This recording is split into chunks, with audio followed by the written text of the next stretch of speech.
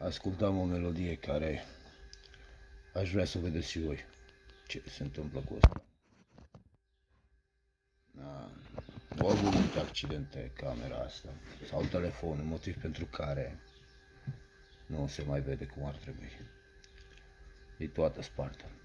Dar aveam o melodie care aș fi vrut să o ascultați și voi și după care să vă vorbesc niște lucruri care s-ar putea să vă ajute prin viață. Dar să ascultăm melodia întâi. The greatest form of control is where you think you're free when you're being fundamentally manipulated and dictated to. One form of dictatorship is being in a prison cell and you can see the bars and touch it. The other one is sitting in a prison cell where you can't see the bar, you think you're free. What the human race is suffering from is mass hypnosis. We are being hypnotized by people like this. Newsreaders, politicians, teachers, lecturers. We are in a country and in a world that is being run by unbelievably sick people. The chasm between what we're told is going on and what is really going on is absolutely enormous. It's like we all know what's going down, but no one's saying shit. What happened to the home of the brave? These motherfuckers, they controlling us now, and no one's talking about how they made us modern-day slaves. And everybody's just walking around, out in the clouds, who wanna wake up to a dead in the grave. But then it's too late, we need to be ready to raise up. Welcome to the end of days. Everybody is slaves, only some are aware that the government releasing poison in the air. That's the reason I collect so many guns in my lair. I ain't never caught slipping, never underprepared. Yeah, they shade sign on me, they just spray it proudly. George Bush, the grandson of Alistair Crowley. They want you to believe the lie that the enemy Saudi. The enemy ain't Saudi, the enemy around me. It's fluoride in the water, but nobody know that. It's also a prominent ingredient in Prozac. For real? How could any government bestow that upon people who believe in political throwback? That's not all that I'm here to present you. I know about the Black Pope and Solomon's Temple. Yeah, about the Vatican assassination and how they will get you. And how they clone Barack Hussein Obama in a test tube. It's like we all know what's going down, but no one's saying shit. What happened to the home of the brave? These motherfuckers, they controlling us now, and no one's talking about how they made us modern-day slaves. And everybody's just walking around, out in the clouds, who wanna wake up to a dead in the grave. But then it's too late, we need to be ready to raise up. Welcome to the end. Whoever built the pyramids had knowledge of electrical power. And you know that that's the information that they suppress and devour. Who you think the motherfuckers that crashed in the tower? Who you think that made it turn into ash in an hour? The same ones that invaded your own. The ones that never told you about the skeletons on the moon. Yeah, the ones that poison all the food you consume. The ones that never told you about the Mount Vesuvius tombs. The bird flu is a lie. The swine flu is a lie. Why would that even come as a surprise? Yeah, the polio vaccine made you die. It caused cancer and it cost a lot of people their lives. Do y'all know about Bohemian Grove? How the world leaders sacrificing children in robes? Lucifer is God in the public school system. I suggest you open up your ears and you listen. We all know what's going down, but no one's saying shit. What happened to the home of the brave? These motherfuckers, they controlling us now, and no one's talking about how they made us modern-day slaves. And everybody's just walking around, out in the clouds, who wanna wake up to a dead in the grave. But then it's too late, we need to be ready to raise up. Welcome to the end of days. The greatest hypnotist on planet Earth is a oblong box in the corner of the room. It is constantly telling us what to believe is real.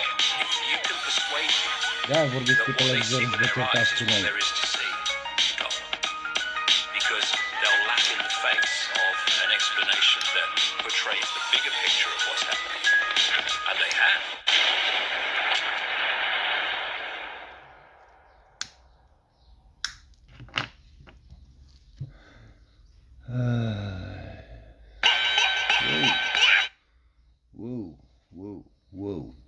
Wow. Cam așa stă treaba. Acești iodcreangă, gen Paraziții România și așa mai departe, și nu numai. Sunt oameni care ne povestesc despre realitate, tot așa cum s-ar fi dus la cireșe, cum i-au prins poliția și i-au rupt capul pentru că n-au voie, pentru că au voie doar bogații și așa mai departe. Mai exact, Totul se rezumă la plăcere. Tot ce facem pentru că ne face plăcere. Nu contează că vorbim de cumpărături, de construcții, Sunt lucruri care le faci din obligație și lucruri care le faci de plăcere. Și cu cât faci mai mult de plăcere, cu atât trăiești mai liniștit. Dar cea mai mare problemă e să știi măsura. Ce e mult nu e bun. Nu există nimic rău pe lumea asta, dar ce e mult nu e bun.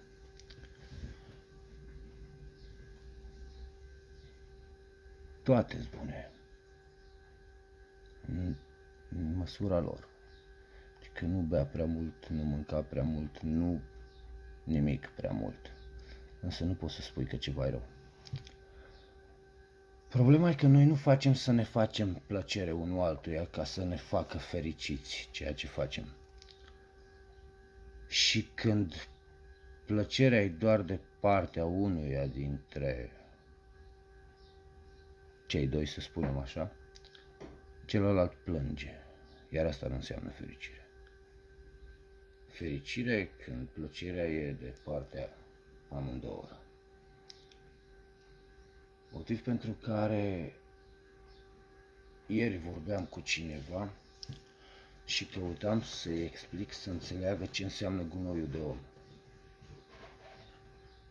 El nu înțelegea că unui gunoi de om nu trebuie să vorbești ca unui om și nu trebuie să-l tratezi ca pe un om, pentru că nu e un om prin caracter, prin felul lui de a fi, prin modul cum se exprime, cum se poartă, prin ceea ce vrea și ce își dorește.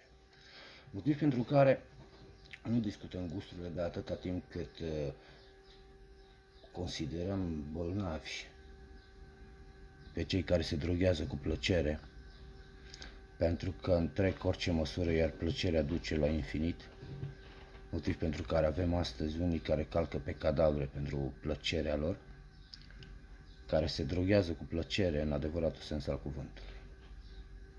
Pentru că, de fapt, drogul din spatele tuturor drogurilor este plăcerea. Tot ceea ce faci, faci de plăcere. Că-ți cumperi Adidas, că-ți iei mașini scumpe, că-ți iei cocaină, că-ți fumezi iarba sau orice faci, faci de plăcere. Dacă nu-ți face plăcere, nu faci. Nu te ridici din scaun, n-ai de ce. Sau dacă nu te obligă unul, stă cu biciul după tine și trebuie să fii sclav. Sau noua modalitate în care au avut grijă să te pescuiască curate ca să accepti orice ți se impune la lucru, pentru că nu-ți permiți să-ți permiți. În Occident baza e chiria, deci se bazează pe chiria, așa că nu-ți permiți să faci prea mare gură, că trebuie să-ți plătești chiria. Însă acolo ți ia casa că nu-ți plătești sau te dă în judecată, în fine, îți creează doar probleme. Lumea în care trăim este o lume, nu sunt oameni. Oameni mai sunt puțini, foarte puțini. De când mă plimb eu prin marea lume, de când umblu prin marea lume, am găsit puțini oameni, foarte puțini, foarte puțini. Am văzut mulți cărora le e frică să fie oameni datorită a ceea ce văd, îi sperie realitatea și nu vor să se comporte ca oamenii, pentru că să fii om înseamnă să fii prost din punctul lor de vedere, pentru că restul o să caute să profite de pe tine. Mai exact, să fii om nu înseamnă să fii prost, dar să nu fii și om și prost. Aici e chestia. Adică poți să fii om, dar fără să fii prost. Mai exact, acel caracter, acel comportament de om îți permite liniștea. Pentru că nu faci nimic rău, așa că n-are de ce să-ți vină rău. Însă nu înseamnă că răul te ocolește, pentru că dă dracu peste tine de ciudă că nu faci nimic. Și atunci îl ia pe prost de minte și vine și dă cu el în tine. Sau caută să te înșele, să strice starea de bine. Motiv pentru care tu, dacă nu ești prost, discerni. Îl analizezi vorbitoarea, vezi ce vrea, vezi ce își dorește, unde vrea să ajungă, de ce gândește așa, toate lucrurile astea care îți permit să înțelegi cu ce stai de vorbă, nu cu cine, cu ce, că nu contează cum îl cheamă, contează ce este, cum se comportă. Iar dacă tu stai și analizezi vorbitoarele ca să înțelegi cu ce stai de vorbă, îți creezi liniște în viață. În primul rând îl înțelegi și nu te mai deranjează comportamentul prostului, motiv pentru care îl menajezi frumos și îl iei de minte și îl trimiți de acolo. Ți-l iei de pe cap. Pentru că ăsta creează probleme prin propria inconștiență și prin dorința de a fi și el, de a câștiga, Ei sunt bolnavi datorită suferinței provocate de vastitatea dorințelor care se prezintă pe ecrane. Nu contează că e net, televizor, etc. Plăcerea vizuală îi omoară pe toți, toți și-ar dori, toți își doresc, toți ar vrea, ar trece peste tot și toate să poată și ei să poată. Și de aceea am ajuns unde suntem astăzi. Cei care pot chiar fac ceea ce și-ar dori mulți dintre cei mulți. Și trăim într-o lume, nu între oameni. Rar mai dai din om și te bucuri să dai de el ca și cum ți-ai întâlnit pe cineva din familie. De om nu ți frică. Nu există teamă, omul e om, te bucuri că l-ai întâlnit, în sfârșit ești cu tine sau un alt tu, pentru că și el e un tu, dar și el e un el la rândul lui. Doar că dai rău de ei, dai greu de ei. Se ascunde fiecare. Prefer să fie nimeni, pentru că în ziua de azi, dacă strălucești, și nu doar în ziua de azi, din totdeauna în lumea asta, dacă care o strălucit, lor eliminat. Deci dacă strălucești, dispari pentru că faci lumină. Faci lumină celor orbi, celor nevăzători, celor care trăiesc în întunecimea minții. Le luminezi calea, asta înseamnă să luminezi omului. Îi spui un lucru care în mintea lui îi permite să vadă cum să poată și el ceea ce vrea. În general, o necesitate, când ajuți omul să fie parșiv. Dar mi-am pierdut ideea. Când mă apuc să dau explicații, mă pierd de gând. În fine, vorbeam despre plăceri. Și despre oameni. Și despre faptul că nu prea mai sunt. Vreau să vă spun doar că se are grijă să fim împărțiți prin lumea asta, să fie ca și cum ar fi stelele pe cer, sunt oamenii pe pământ. Că ești acolo câte unul, sunt mulți dacă te uiți, dar uită-te câtă negură în jurul lor. Înțelegeți ce spun? Sunt niște lucruri care nu le înțelegem, însă vreau să vă spun un lucru care să stați și să-l rostogoliți în minte. Precum pe pământ, așa și în cer, ca să nu credeți că plecați de aici și scăpați. Lumea nevăzută este mult mai mare decât lumea văzută. Mult, mult, mult. Voi nici nu știți că săriți din lac în puț. Și dacă pe timpul vieții nu conștientizați de ce dracu ne-am născut, atunci sunteți condamnați să retrăiți la nesfârșit. Până în momentul în care vă treziți. Înțelegeți că nu v-ați născut sau că viața nu înseamnă să te trezești în fiecare dimineață și să muncești toată viața. Mai exact de mic începi, te bagă la școală ca să te învețe, să te pregătească pentru ceea ce au nevoie în viitor. Și atunci te învață, deci te ia de mic, te învață, îți bagă un tipar în cap, trezirea de dimineață. După care te distribuie în funcție de cât ții minte din ceea ce ți-au predat. Pentru că școala nu te învață să înveți, școala te învață să ții minte. Și cei care țin cel mai mult minte din ceea ce li se predă, sunt cei care pot să le continue munca. Ei nu vor să existe alte variante. Știu că există alte variante, dar nu vor să existe variantele alea pentru că i-ar dărâma pe ei. Mai exact, dacă ei au făcut hidrocentrale, s-au chinuit să facă o lume cu hidrocentrale ca să poată să ia bani și, în fine, cu curent de, iar eu fac un generator care vine cum l-a făcut Tesla, eu trebuie să dispar, pentru că dacă nu industria mea, ar dărâma instantaneu industria lui. Iar acești indivizi se droghează cu puterea care o. Pe lângă asta, odată ce ai, nu vrei să renunți la nimic. Asta e ceea ce te ține în viață. Asta e ceea ce te face să faci. Odată ce te-ai legat de ceva, nu vrei să-l mai pierzi. Dacă ai spus al meu, e ca și cum ar fi mâna ta. Te identifici cu el. Mașina mea, telefonul meu, ca și cum ar fi o extensie a ta directă. Deci vorbim despre o mână, un deget, nu pierzi, a tău. Cum să? Acel al tău, care de fapt nu e decât o extensie, se face al tău în mintea ta datorită lumii în care trăim și fricii de a nu-l pierde. Acel ceva al tău îți permite să poți și tu și n-ai vrea să-l pierzi. Unii rămân blocați în ideea asta și o țin în continuare așa la nesfârșit. Sunt milionari, dar n-au trăit o secundă în viața lor. Ei nu trăiesc. Au trăit poate când au fost copii sau poate nici atunci. Nu știu cine a educat. În funcție de modul de educare, n-au trăit nici când au fost copii, pentru că ei au fost maturi de mici. Comportamentul care li s-a indus a fost de matur. Am observat lucrul ăsta pe copilul meu, care eu mă portam cu el ca și cu un om matur, un prieten, un muncitor de-al meu care stă la mine acasă, era foarte bun prieten și sunt foarte buni prieteni cu copilul meu care are doar 7 ani, le plac jocurile, și-au găsit niște lucruri care să îi asocieze în ceea ce fac, motiv pentru care copilul meu a început să se comporte ca un om mare, să vorbească ca un om mare, să gândească ca un om mare, să pur și simplu își punea mâinile la spate și se uita așa, ca un om matur. Dacă eu l-aș fi ținut așa, și-ar fi pierdut copilăria. Deși am indus ideea asta pentru a-l pregăti pentru lumea în care l-am născut, pentru că dacă eu mă trezeam înainte să-l fac, nu-l mai făceam. Însă iubirea asta de un suflet al tău te trezește la realitate.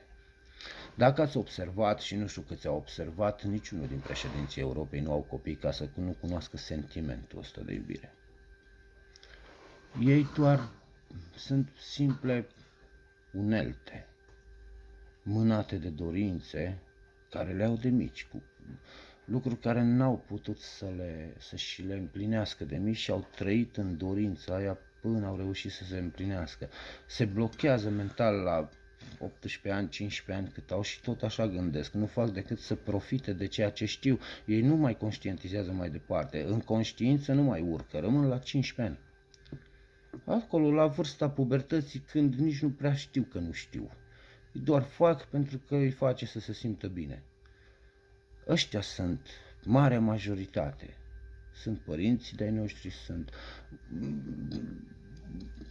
bătrânii noștri, care așa au fost creați, așa au fost făcuți să gândească. Li s-a indus tiparul ăsta în cap încât n-ai cum să-i mai scoți dintre lor, pentru că ce le-au mai rămas de trăit, sunt siguri că pot să o facă cu ceea ce au făcut toată viața, motiv pentru care nu-i mai scoți dintre lor.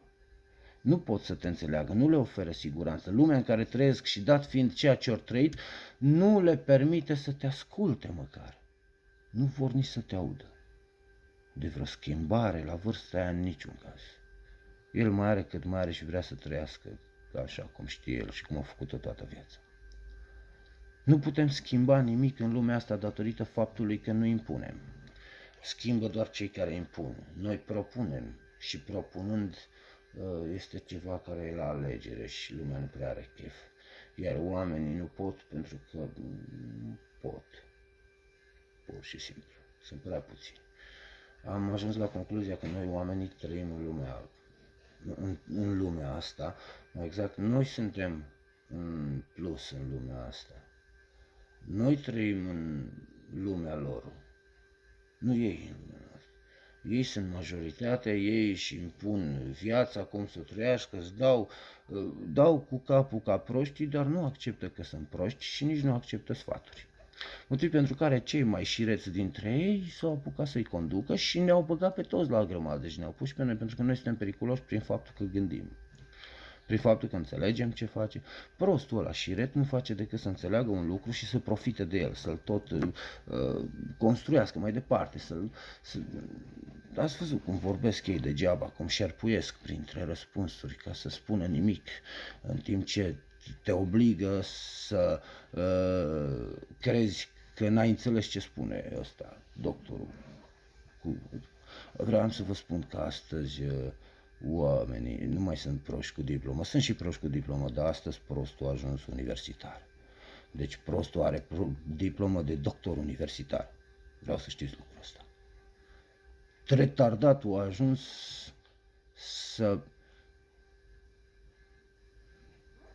să se identifice cu un act care reprezintă măreția umanității. Profesor, doctor universitar, însuși doctor în științe, în ale înțelepciunii. Ei folosesc și retenia în locul înțelepciunii, adică se folosesc de ceea ce știu pentru a profita de voi, pentru a profita de noi, pentru că și eu tot în oala aia sunt ca voi. Și fac tot posibil să ne impună prin intermediul celor care îi plătim să ne protejeze. Nu știu, ia să-i întrebați voi când aveți probleme cu polițiștii, dacă ei ar plăti pe cineva ca ei ca să-i protejeze. Înțelegeți ce vă spun? Vreau să înțelegeți că lumea în care trăim este ceva de speriat.